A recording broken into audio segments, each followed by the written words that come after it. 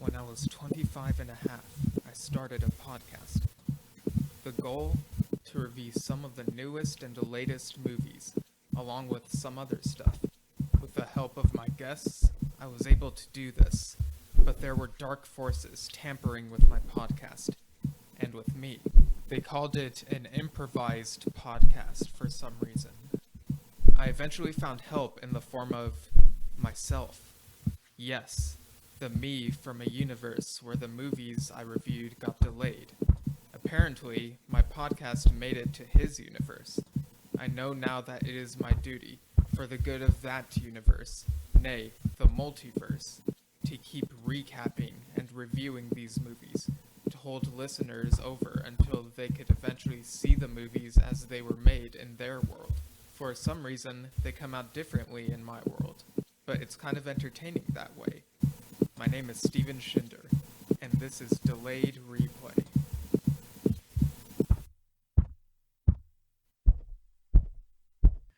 Hello, listeners. Welcome to another episode of Delayed Replay, that podcast where we talk about movies that came out on time in our universe because they got delayed in that other universe. I'm your host, as always, Steven Schinder, and with me this time to talk about the Boss Baby family business, it is my good friend from the Just Two Lads podcast, Kelsey Gitlin. Hey guys, what's up? Hey, great to have you here, Kelsey. Like, for once, I have the other lad on here. I know. I was getting a little jealous that Andres had like two podcasts and I only had one, you know? Yeah, like, I think Andres has been on 5 episodes of this. Yeah. And it was like just recently that 2 other friends have like beaten his record, so. Wow. Yeah. How do you like that, Andres? You got beat.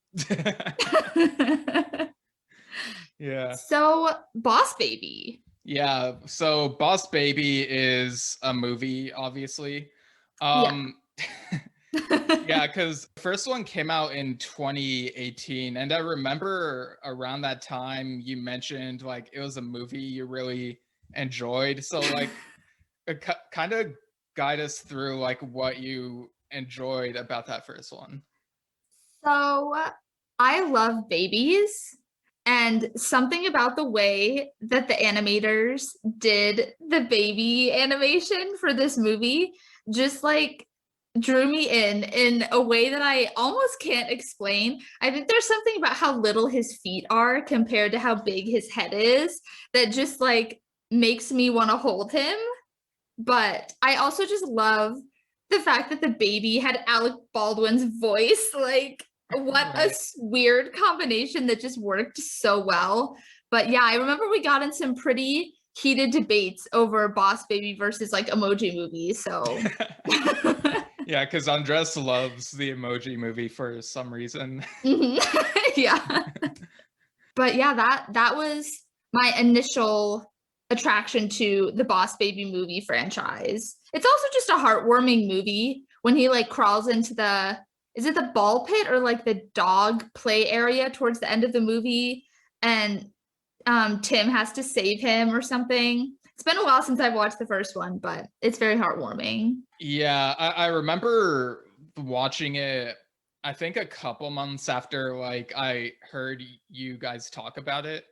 And I remember messaging you and being like, I guess the explosion in the backyard is kind of funny, but there are also some moments that I find cringeworthy in this movie. Like for me, like I vaguely remember like the bathtub scene was cringe, and also like the scene where like he tells the brother, like he gives him the pacifier and says suck it, and it's like that's no, just no. But, yeah. I mean, some of those cringy things definitely carried over into the second movie, in my opinion. Yeah. Like I do acknowledge that there are like some heartwarming moments in the first one. And I actually like recently watched the Netflix TV show Boss Baby Back in Business. Have you ever watched any of that? I don't think so. There's something about how they changed the animation from the movie to the TV shows that I can't do it. I don't know what it is. Right, because DreamWorks, whenever they make a TV show that's based on one of their movies, they'll do like one of two things. They'll make a 2D version because I guess it's cheaper that way. But on the other hand, they might do like a 3D version, but it looks like it's of lesser quality. Like Kung Fu Panda and Penguins of Madagascar come to mind. And so I do kind of see that, but I feel like I enjoyed this more than I expected. Like I was just ready to write it off. Like it has 4 seasons, but it actually did have like these heartwarming moments. Like it's a weird brother relationship where it feels kind of like a father-son relationship because like the boss baby is at work and focusing more on that than on like spending time with his brother. So I kind of got a bit of that. Like this actually has a bit of continuity within itself. Like it has like this overarching thing that's cool. I mean, I feel like because it's geared towards kids, right? Like it's not like the adult version of Boss Baby, right? Well, it's not. So it doesn't. I feel like it's not as kid friendly as like baby Looney Tunes. Like it feels on par with like Penguins of Madagascar or something like that. Okay. And like there's actually an episode where like I think it's I'm gonna get their names mixed up because there are too many T names like Tim and Ted, but like the older brother, he and his friend go to see like an R-rated movie, I guess, and like it makes him want to be more like an adult, and then his parents try to like scare him back into being a kid by like making him drink coffee and do all these other adult things, and they like discuss like what's like becoming an adult, and he's like, so when did you give up on your dreams? And it gives them like this existential crisis of like what happened to us. And it's just like there's like some things that were unexpectedly enjoyable and relatable for me, like, and there's even like there's like this TV show within it where like they film an anteater and a dog, and their names are like the dog's name is Pig and the anteater's name is Tam. And so because like, you know, we went to UC Irvine and anteaters are a mascot, I felt like kind of like I had to really enjoy that there's an anteater character in the show. Like I just loved it. Interesting. Maybe I'll have to watch that show then, because I definitely relate to wanting to grow up my whole life, and now that I'm kind of an adult, just really hating it. Yeah. But that's interesting. Yeah, there's 4 seasons of that show. Yeah. So I've missed out on this for like 5 years almost. Yeah, well, I think less than 3 years, because sometimes Netflix does a thing where they'll put a season or 2 or 3 seasons even of a show within one calendar year. It's really weird. Whoa. Yeah. Just that kid attention span, they need like constant new content. That's cool. Right. Do you feel like any of those themes carried over into the second movie since you've seen the TV show? Yeah, in the second movie, it felt like it carried over this whole thing of, because you know the Ted's the boss baby, right? Like he's okay. Like Ted, even when he's older, he's a CEO and he's like super busy, like too busy to hang out with family, like with his brother and his nieces. And like there's that, like that thing carries over, like even as they're adults. Like, yeah, they resolved some of that in the show, but these are problems that don't always go away forever, right? Like sometimes these characters are like people. Sometimes they're susceptible to making some of those same mistakes. And I really appreciated when Tim brought up like some of the times from the show when like he wasn't paying enough attention, and like it was like rewarding the people who actually watched the show, which I kind of liked. Yeah, that's always nice when it kind of gives that like Marvel universe where they reference other things. But one thing I did notice in the new movie, that obviously since I haven't watched the show, I can't speak to it, but how they changed out the actors for Tim, the older brother. I didn't notice it that much because again, it's been like almost 3 years or like I think I watched it August 3 years ago. Mm-hmm. So like it wasn't as noticeable to me, but what was it like for you, like hearing the new voices? I mean, I just love Tobey Maguire. I Yeah. think that's maybe like why I noticed it. I mean, James Marsden is great. I love him in pretty much everything he's done, but just Tim is Tobey Maguire to me. So when I didn't hear that, I was like, oh, like he's cool, but he's not my Tim, like he's someone else's Tim. Right. Like you prefer Spider-Man over Cyclops, basically. Yeah. And like, I know that we're not talking about the Tobey Maguire Spider-Man movies, but don't get me started. We could. Like, Tobey Maguire was the best Spider-Man movie. Like, I love Tom Holland. Andrew, what's his face, was like fine. Andrew Garfield. Yeah, him. But like, Tobey Maguire is my Spider-Man. And similarly, he's my Tim in the Boss Baby movies. So. Okay. Yeah. For me, like my favorite Spider-Man movie is Into the Spider-Verse. And then Spider-Man 2 is a really close second. Like it still really holds up. Mm-hmm. And then the second Tom Holland one, Far From Home, is third place for me. Mm-hmm.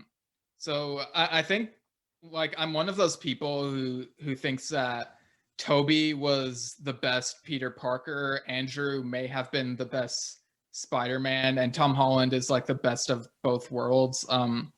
It's kind of a cop-out thing to say, really, but yeah, I kind of agree with that sentiment. No, I agree with what you're saying, because I do love the Tom Holland Spider-Man movies, but there's just a place in my heart for Tobey, even though he's like 50 or something now. I have no reason to like him this much. Right. I mean, it's the memes, right? Yeah. Like the dancing thing and my gosh, pizza time. Yes. Oh my gosh.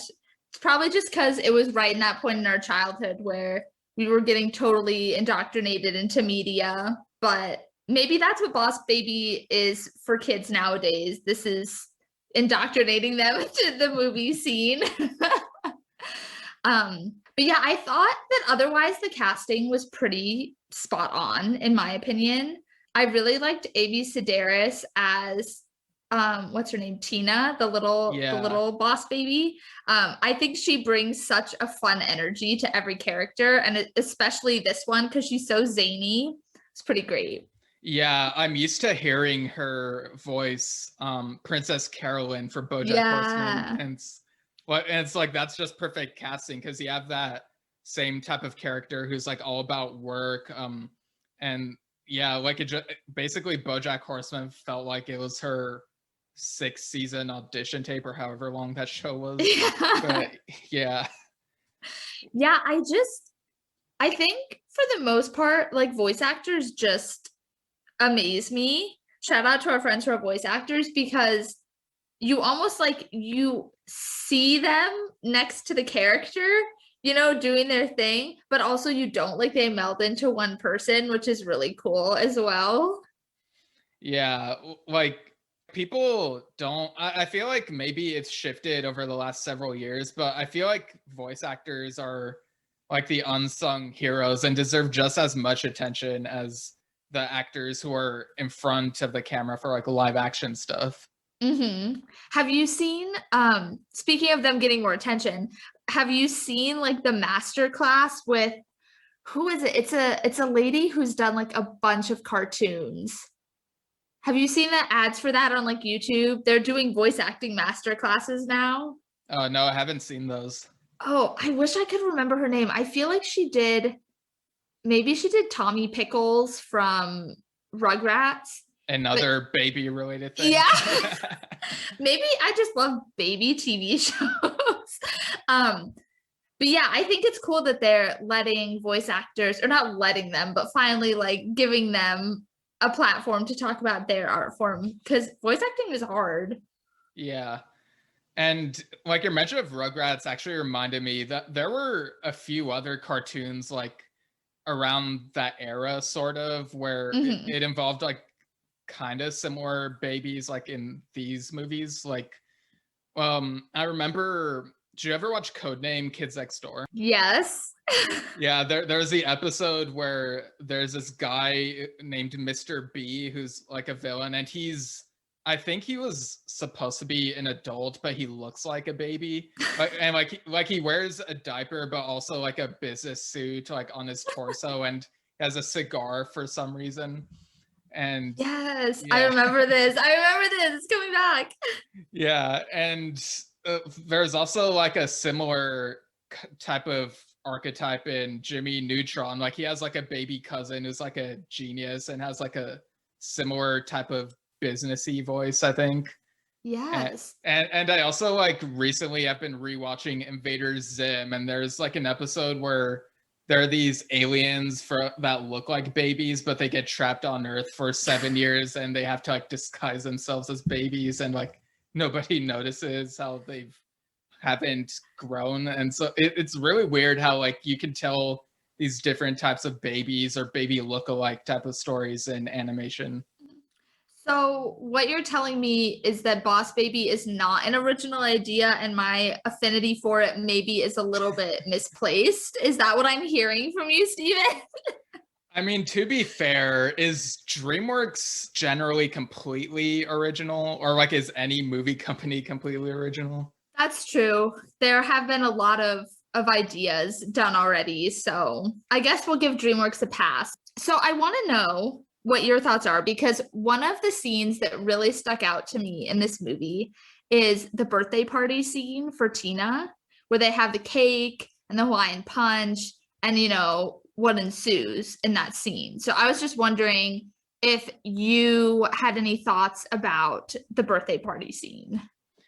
Yeah, it felt very real because, you know, Tim and his wife are the parents, and they're trying to make everything right for the party, and they are making these like frantic phone calls like, oh, do we have the right cake? Oh, it's not this flavor, right? Because they're allergic to that. And like just making sure everything goes right. And it's like, I guess maybe that is what parenting is like. Like it really does feel like Tim has grown, and it made me kind of sad when like the majority of the movie is like he and Ted have to be reverted back to like their younger selves, because I really like when the characters actually get to grow, but it felt like a step back to me, sort of. No, I definitely agree. I think that scene was really kind of like the heart moment of the movie, even though there are definitely other scenes that the director definitely wanted to feel more like the heartwarming moment. But I think for the adults watching, it definitely feels like you're just trying to do the best that you can for someone that you care about. And like, they don't even notice because they don't even know how much work you're putting in. So yeah, I thought that was a very interesting scene for the adults in the movie theater watching this movie. Yeah, and like the bouncy house won't get inflated correctly, and they're like, wait, should we even have a bouncy house here? Like, is that safe? It's like, yeah, it like they just seem super stressed, but it feels like you said, it's relatable for the parents and the audience who like I guess get dragged to see the movie. Yeah, and it actually reminded me, because I had a birthday party like that. I was older than Tina when I was 2 years old, and we had like a bunch of people over at our house. And I'm sure my parents were just going crazy making sure that all the food was there, everyone had drinks and everything like that. And I was just sitting there walking around with a balloon hat on that was as tall as me and just like having the best time of my life, you know? So very much put me in the movie as well. Nice. It's funny that you say that, because there's also like an interactive Boss Baby thing on Netflix. Interesting. Will it put me in a diaper? It's more like that Black Mirror thing, Bandersnatch, where you make choices. Obviously, it'd be more tame than that, because like Black Mirror is more mature, but yeah. Yeah. I didn't know that Boss Baby was like so franchised. I literally thought it was just the movie. I mean, I feel like with DreamWorks, they try to franchise all of their different things with mixed Mhm. success. So, like, sometimes they'll have a series based on the movie that's actually really good, like the How to Train Your Dragon series. Mhm. But other times it'll look like it's just there, and like, I'm not sure if I really want to check it out because I just like the movie. So, Yeah. yeah. Interesting. I feel like I'm learning so much about DreamWorks in just the short time we've been talking. Yeah. But it's sort of like because when the the first boss baby came out, I guess he's also the first baby. Yeah, the first baby in the universe ever. Yeah. I'm sure if the baby version of Boss Baby could run for president, he would be like first baby, you know. um, do they call kids of presidents like first baby or like first daughter? I don't know. Do you I've know? I've never thought of that, but like we have like first lady and could presumably have like first gentleman or something, right? So like Yeah, maybe that's a thing. I don't know. first baby. I like the sound of that. That's Yeah. a patriotic baby. um, I lost my train of thought, so here Oh, we are. okay. Yeah. But yeah, so obviously like this is kind of a next generation story, but also not really because you still have Ted and Tim involved Yeah. like with equally. Like I feel like they have as much screen time as Tina does, and Mhm. like obviously you have Tim is or Ted. Geez, there are too many T names in I this know. movie. Um, I'm just gonna refer to them as the boss baby and the older brother, just for my own sake. So the boss baby as an adult is a CEO of some company, and like the way he describes the company is kind of confusing. Like it almost sounds like a Chandler's job type of thing for Friends, Mhm. where like you Yeah. don't really know what he does. Mhm. Yeah, Um, I also got that sort of sketchy vibe from him as well. yeah. And so Tina works at Baby Core, and like she tells them about this formula that turns adults into babies for 48 hours. And of course, that's how like her dad and her uncle like get younger again. And she briefs them on like this villain, Dr. Irwin Armstrong, who is like training he's like this evil dude training babies to be like bad babies, and it's like this super weird plot. Yeah, first of all, that was Jeff Goldblum, right? Yeah. Like, I don't know what it is about Jeff Goldblum. Similarly to Tobey Maguire, I just love him. Like, I just love him. And he did such a good job of being this sort of like maniacal, but also kind of absent-minded villain, you know? Like he just does Yeah. so well in those characters. And seeing him with all the like legion of babies around him all the time was just so funny to me. Yeah, and it was really uncanny whenever they were able to incorporate his facial expressions like the way Jeff Goldblum would do them. It was like, oh, that kind of makes me feel uncomfortable there. Yeah. Like we're getting too This realistic, you this is guys. this is too good. Yeah. Yeah, I mean, I like the plot, obviously. Is there some sort of deeper meaning that they're trying to get at us? Like parents are trying to make kids naughty now? Like maybe. I couldn't tell you. That's, you know, up to every parent to decide how to bring their kid up.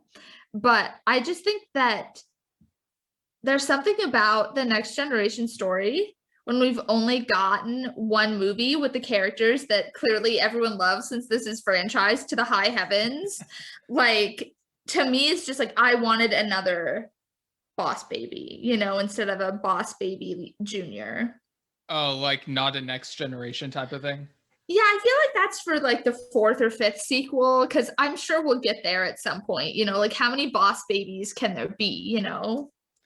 Yeah, that's a good point because like usually what happens is like the next generation type of thing, like first you'll have like in some series there's like a trilogy with like the original characters, and then maybe like 10, 20 or 30 years later or whatever there's like the next generation. So maybe that's kind of why they didn't go all in on making it only with Tina as the baby.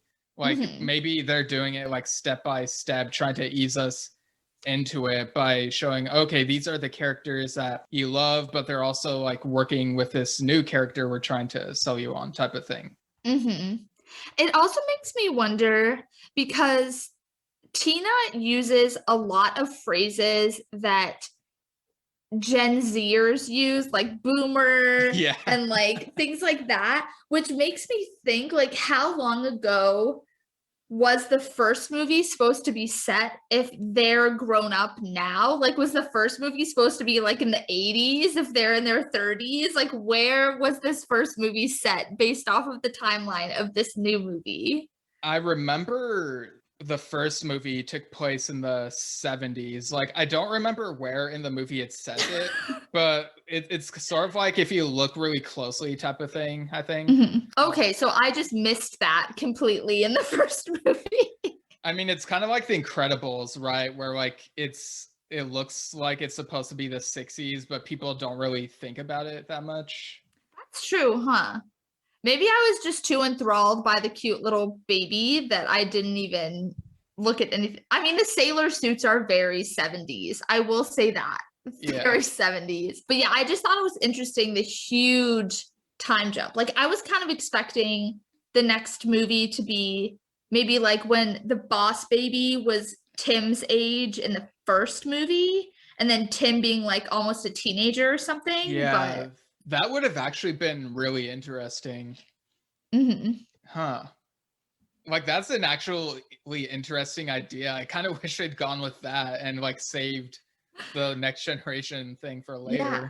Like, save Tina for like 30 years down the road. You know, like Shrek 4 didn't immediately, or Shrek 2 didn't jump like 30 years in the future, you know? They waited till like Shrek 4.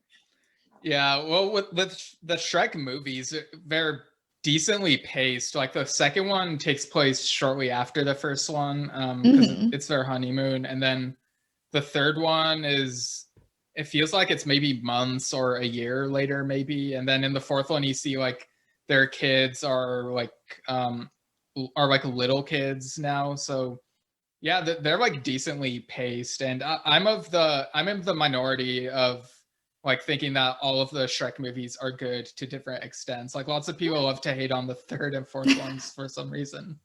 Which one was the one where they had the American Idol at the end? Oh, it wasn't at the end, but it was on the DVD of Shrek 2. Oh, it was Shrek 2. Yeah, I like that one. Yeah, they had like Simon Cowell like in 3D animated. Yeah. That was like, that's sort of even like the Jeff Goldblum thing that we were talking about. Like, even the best recreation they could do of Simon Cowell was not as freaky as the Jeff Goldblum animation in this that was like too close to what he actually looks like. Yeah, and I vaguely remember like last year there was that 3D animated movie Scoob, you know, the Scooby-Doo one, and Simon Cowell was in that one too, and I think maybe he probably looked closer to like real life Simon Cowell, but now it's like, is Scoob in the same cinematic universe as Shrek now? Like, what's going on? Because there's Simon Cowell. Yeah, like Simon Cowell's like, I feel like I'm a disappointment in the music industry, even though I've made like billions of dollars off of American Idol. I'm gonna switch to weird animated cameos in movies. Like, that's so weird. Interesting. Yeah, it's kind of weird whenever you get like celebrities playing themselves in animated stuff, but that's kind of a tradition now, I guess. Like, you kind of get that in The Simpsons and Family Guy and stuff like that. And the Hercules movie with Danny DeVito, when he played Philoctetes, and it was basically just Danny DeVito as a goat. Like, yeah, like he was playing a different character, but they like obviously modeled him after him. Yeah. And he was short. Yeah. So I guess I could get on board with Simon Cowell joining the grand tradition, but I want to talk about another scene in the movie where they're like really close to stopping Dr. Armstrong, and it's like a major emotional roller coaster. I just thought it was very interesting that they keep trying to like almost sacrifice characters in a kid movie.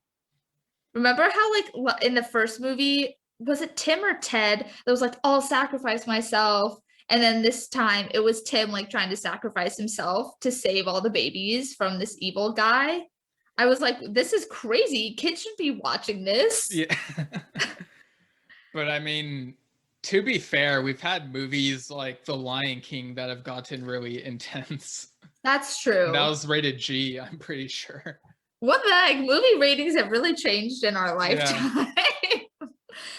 Yeah, it's just kind of crazy to me how they'll water down some parts of the movie and use all the like lingo that kids use nowadays, but then they'll throw in these super emotional scenes where these two adult men / babies are like pouring out their really adult emotions to each other in the middle of like a fight scene. Yeah. So wild. And they'll even like throw in like pop songs from like today, I guess, to like be hip with the kids or whatever. Yeah. And I don't know about you, but some of them really felt like they were trying too hard. But I don't know if that's just me or what. I will say some of them did, but Dr. Irwin Armstrong's montage to Stupid Love by Lady Gaga really got me going. Like I wanted to dance along with him when he was like getting all of his stuff ready to fight the babies. It was great. Yeah, it was kind of catchy, I'll admit. But yeah, I don't know. There's just all sorts of weird moments like that. Like there's the one where like the main characters are like dancing to the song One Less Problem Without You, and it comes like out of nowhere. It like has nothing to do with the plot. It's like they're just trying to get pumped up or whatever, and it's like, this should I like go get snacks from the concession stand or what? That's like, that would be the place where that movie theater app where it tells you this is a good time to go to the bathroom, like that would be that moment in the movie, you know?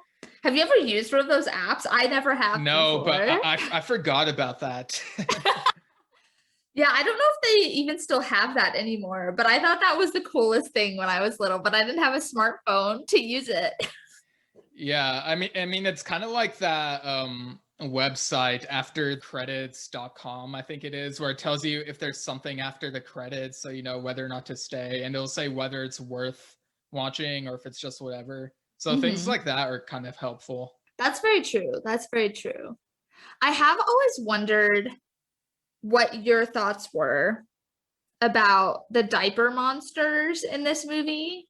Yeah, the diaper monsters, I actually kind of like it weirdly touched a nostalgic thing of like when I was like a kid reading Captain Underpants books, which I mean DreamWorks has also done a Captain Underpants movie and TV show, which are both very good. And it's like, it kind of feels like that type of monster that you would find in those Captain Underpants books where it's kind of stupid but kind of funny, and it's like, how are they gonna like defeat this thing? So I guess I kind of dug it, but I could see how people would be put off by it because, like, you know, it's diapers and it's like people don't like to think of like what ends up inside of diapers, I guess. Yeah, I did think it was funny that they're supposed to be menacing, and like the most menacing thing they could think of was like the greens like smell smoke and flies around the diaper monsters, you know? I thought that was kind of like one of those fun kid jokes where it's stupid, but it's also funny, you know? Yeah, and like I noticed like there was an Easter egg where amidst the flies, like if you look really closely, you can see Barry from B Movie, like in a non-speaking role, but it's clearly like Jerry Seinfeld's B character from B Movie, like just for like a second. It's like, I see what you're doing, DreamWorks. Yeah. They're really trying to get people further into the cult of B Movie stuff. I actually didn't notice that the first time I watched the movie, so now I'm gonna have to go back and watch it again for that moment. And I highly recommend you listeners do the same because that's hilarious. Yeah, because I only watched it once, but how many times have you watched it so far? I've only watched it once. That's why I'm saying I need to go back and watch it again because I totally missed that. And that would have probably gotten an actual like chortle laugh from me if I had seen that. But yeah, that's funny. That's funny. Yeah, I know Nathan has said before on this podcast that he will always defend B movie. Oh, I remember, speaking of Nathan loving B movie, we were doing something, just me and him, for our improv team, and we decided to play Hangman one night. And he used the phrase "you like jazz" from the B movie. Classic. And I was so irritated with him because I could not figure out what this phrase was. And I was guessing every letter I ever thought it could be. And I ended up having to call, like literally phone a friend and ask them what they thought this phrase was. And they immediately knew it. I was never so mad in my life. But had you seen B movie before then, or? Yeah, I'd seen B movie, but it's one of those things where I was like, oh, it's a good movie, but I'm not like combing over every aspect. And I guess Nathan, just that phrase stuck with him, and I had no idea where it came from in his brain. Yeah, I mean, that phrase became a really popular meme, so that's why it's sort of been ingrained in like people of our generation, I guess. It's really weird. Maybe I missed that meme. It's very possible that I just missed that meme completely. Yeah. Have you seen any Boss Baby memes? Like, I don't usually see them, but recently there was the one from this movie where like the Boss Baby is like dialing numbers on his phone, and then he's like saying who he's gonna call, and then in the next frame you see Tina with her phone and she's like, I can do it better. And it's like that in itself has become a meme for people to use. So like they'll put like a movie, like two movies that are similar to each other. Like I remember there was one where one was Shark Tale and the next frame was Finding Nemo, so it was like, I can do it better. Like obviously they came out in reverse order in real life, but for the sake of that meme, it was like really funny. Yeah, that's a good one. I also love that they gave Tina like a pink flip phone reminiscent of the Razor for the parents that are watching. I just think that even though flip phones are like kind of coming back as touchscreens, like the pink Razor was an iconic phone for our generation at least. So I thought that was a cool little nod to us. Yeah, and it also reminded me of Princess Carolyn because like she's pink, so like it kind of all works really well together. I wonder if Amy Sedaris just really likes the color pink. Yeah, maybe. I mean, pink is like pink is one of my 3 favorite colors, along with purple and green. Oh, really? Interesting. Yeah. I did not know that. Yeah, it used to be just green when I was a kid because I loved watching Blue's Clues and Steve always wore green and that was his favorite color. Yeah, I was just piggybacking off of him, I guess. Blue's Clues was iconic. I missed that show. I like the blue and the pink dogs. Was the pink dog called Pink? I think you're thinking of Magenta. Magenta, yes. Yeah. Oh, Magenta. That was a great show. Yeah, well, and like when it changed to his brother Joe hosting the show, like at the time, like I was fine with it. I didn't know there were these other people who were like not okay with it. And then within the last couple of years, there's like they kind of brought it back with a show called Blue's Clues and You, where their cousin Josh is the new host, and he like calls both of them for advice. And like Steve is like a detective at some place called Blueprint Detective Agency or something, and it's just that is fan service done right. Yeah. Oh my gosh. Now I'm gonna be watching all these like kid shows. My recommendations are gonna be so messed up. Yeah, like I've only seen that clip, but of like the newer one, but it was like, oh yeah, this gives me like, I'm really excited for the kids who get to experience this newer version of the show because it looks pretty good. Yeah. Wow. That's crazy. I used to think when I was really little that Blue was kind of like a doll or a puppet or something, but I didn't get until I was a little bit older that Blue was like an animation. Oh, so you thought that like they were using a doll as a prop or something? Yeah. Mm-hmm. Okay. Yeah, eventually they made like a stuffed animal type of Blue for like the spin-off Blues Room. So yeah. So yeah, but in the original shows like animation, yeah. Interesting. You know so much about Blue's Clues that I did not know existed either. Yeah, just delve into the Blue's Clues lore. Yeah. I want to know what you thought about the fact that when they took the baby potion, is it baby potion? Is it milk? I don't really know exactly what it is. Yeah, they call it a formula. Okay, that makes sense. Yeah. How Boss Baby goes back to baby, but Tim doesn't go to a baby, which is like, so does the formula not work on Tim as well? Like, why is he like 6 when it's supposed to make them babies, you know? Yeah, it's very easy to miss the line, but there's a moment where Tina is like, well, for some people, it might just bring you to a time where you were acting like a baby. And so, like, for like, that was like a slight at the older brother and like how whiny he was at that age, I guess. So I thought that was kind of funny. Like it's one of those things you kind of shouldn't try thinking too hard about because it's like, you know. Yeah, I guess also for like plot purposes, they needed someone who is like slightly taller than a baby and like slightly stronger than a baby to do certain things like catapult Ted and Tina like into the heart of the baby layer of Armstrong and stuff like that. So I guess that makes sense, but I just am really a stickler for if it's really a baby, I really want to see a baby, you know? Yeah, that's fair. I did think it was funny when like they stacked themselves on top of each other in a trench coat so that they could get on the roller coaster ride to get to like to confront Dr. Armstrong on there. And like that, I know that if I were in that situation on that roller coaster, I'd be pretty scared, like not having the seatbelt on and just fighting on it. Yeah, that was definitely some movie magic that took place, unless the trench coat was just really tight. It was just must have been really tight on the inside to hold everyone in place.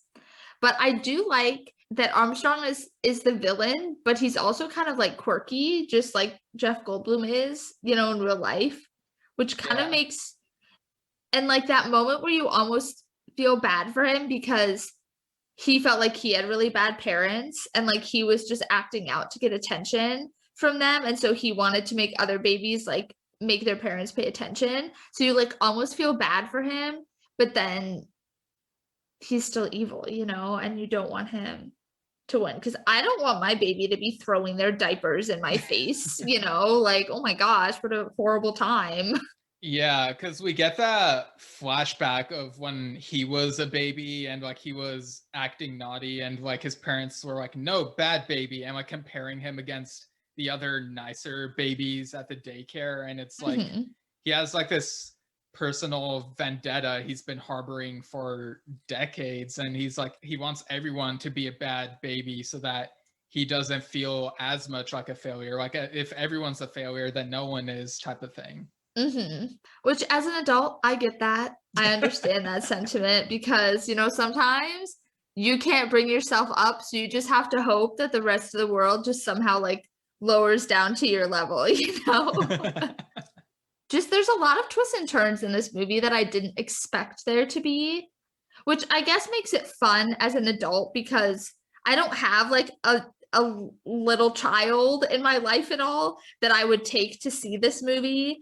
But as an adult watching it, you know, you can kind of get over the cheesy things that are done for the kids and actually still enjoy the movie a little bit. Yeah, I kind of get what you mean. I feel like maybe it's a case by case basis where you can have cheesy things that appeal to the kids, but sometimes it'll feel like too stupid to the point where like really you couldn't have faith in like the kids having better senses of humor or something. It's like I don't know, like some of the jokes were kind of eye rolly for me at certain points, but there were definitely some good ones. Like it kind of like went back and forth throughout this one, I guess. Oh, another thing I really like in this movie was, do you remember the first movie had how they had that like gang of babies that were like not in the family that came to help at the end of the movie? Yeah. How they brought them back as like now they're like adults working for Baby Corp undercover, which I thought was really fun as well. Yeah, because you have that nice bit of continuity, and Mhm. like I'm sure people want to see like what becomes of these characters when they're all grown up, and it's like a where are they now type of thing. So Mhm. it was a nice touch for like people who've like paid attention to the first movie, I guess. Yeah. I did think the sequence where like the evil ninja babies were attacking them was kind of fun. Yes. That was something I was not expecting because I thought that truly the like diaper monsters were kind of it. And then the ninja babies pop out from behind as like the Secret Service security Yeah. for Armstrong. And I'm like, what? How do people come up with ninja babies? I mean, it was super cute. They were using like their diaper rags as nunchucks and stuff, Yeah. but like it was wild. I was not expecting that at all. Yeah, and they did like their own parody version of like the Teenage Mutant Ninja Turtles theme songs, but Yes. instead it was like baby baby ninja baby. Like it was kind of lazy, like they couldn't think of more words, but it was kind of an earworm for a bit. Like it was stuck in my head for like the whole day afterward. Wow, that would have probably driven me a little bit crazy. So I'm glad it was stuck in your head and not in my Yeah, head. I have to take the hit so that others don't have to suffer. Yeah, I want to go back to the soundtrack because Okay. I think we might have hated on it like a little bit too much. Like there were some good songs, I think, especially because was it Hans Zimmer who did the score? Yeah, Hans Zimmer and Steve Mazzaro. I've never heard of Steve. I'm sure you're cool, Steve, but I have heard of Yeah, I mean his Hansi. name is Steve, so it has to be cool. Yeah. um, which I think Hans Zimmer does really great scores for animated movies. I mean, all movies, but especially animated movies. So I did really appreciate the sort of like childlike whimsy in a lot of the score, but also like with the undertones of adult issues that you can't really talk about as an adult, but you can as a kid. So it was nice in scenes when Tim and Ted were talking about their issues they had with each other as an adult that they had some really nice score underneath it that you could like get behind and like pulled on your heartstrings a little bit. Yeah, because I'm used to hearing Hans Zimmer's music in a bunch of superhero movies, but like you go back to The Lion King, like I think he did the music for that as well. And it's like even in an animated movie like that, it could get intense. But here, like he does music that fits this type of story really well. Although there is that one scene where things get intense and they kind of like he kind of pokes fun at himself by making the music sound super intense, which Yeah. I like chuckled at. Yeah. Um, I also think the ending credit song was really fun. Um, the name of the song is escaping me right now, but it's like a K-pop song. Oh, Dynamite, that song by BTS. Where all they had the characters, the animated characters dancing next to the people who voiced the characters. I thought that was fun. Yeah, it's like I'd never heard that song before this movie, Mhm. but like once like it started playing, I got out my cell phone to Shazam it, and it's like, yeah, I want to listen to that sometime later. So Mhm. It's really fun. It's a bop. It's a bop. yeah, Kidz Mm. Bop 57 Oh or my gosh. wherever they're at. We don't need to discuss the bane of my existence with his Kidz Bop songs. I wanted to be on Kidz Bop when I was a kid, and now I'm just like, I'm so glad I was never on Kidz Bop. Yeah, I mean, I guess I have a bit of nostalgia for seeing the commercials for them as a kid, Mhm. but I wouldn't go out of my way to actually get a Kidz Bop CD. No, Um, like all the fun parts of songs are censored out for some reason, and then weird parts are left in. You're like, this is not appropriate, and yet it's here. yeah, it's super weird. It's yeah. And Yeah. there's also that now that's what I call music. I kind of like how that Yes. has become kind of a meme where like it's like the font that they use for those titles, but instead someone might be like, now that's what I call effing yikes. Yeah. Yeah, I like those a lot.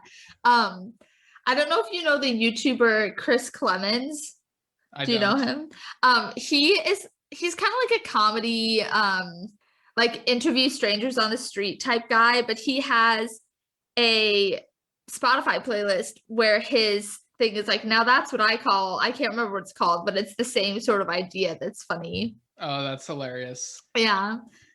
I think I can't remember who did this, but there's like this CD called I don't know if it was all the holiday music or all the Christmas. Let me look this up. I don't want to butcher this. Yeah, it was like some holiday or Christmas music thing. Was it a now that's what I call like Christmas thing or different? It's different. Oh, maybe I've not heard of this. Okay, it's Ellen's The Only Holiday Album You'll Ever Need, Volume 1. Well, if it's volume 1, it seems like you're going to need more than this one holiday album. Yeah, like I remember seeing that title years ago, and it's like, oh, that's clever. Like, you make it sound like it's everything, but it's like that implies there will be a second one at some point. Wow, that's wild. I don't remember ever seeing that, but I totally believe that existed. Yeah. But getting back to the movie, yes. We talk about how like sometimes the movie is kind of all over the place, but I do think the heart of the movie, like, you know, it's like Tina's trying to get the brothers to get along better. Like that's her like overall goal alongside like the baby core stuff and battling Jeff Goldblum's character. And it's like when she finally gets them to talk to each other, like they pour out all these like emotions and like talk about what they mean to each other. And it's like, yeah, that's like brotherly love. Like sometimes like brothers are not willing to admit when they've been wrong or that like they miss each other or whatever. And the fact that Ted is willing to like make changes to like see the family more often after this, like it's just really heartwarming, like seeing them like when the formula's wearing off, like they hug like as they are kids, but then they grow into their adult selves and they're still hugging, and it was just like so good, like so emotional. Yeah, it really sort of reinforced the idea, especially since, you know, a lot of us haven't been able to see each other.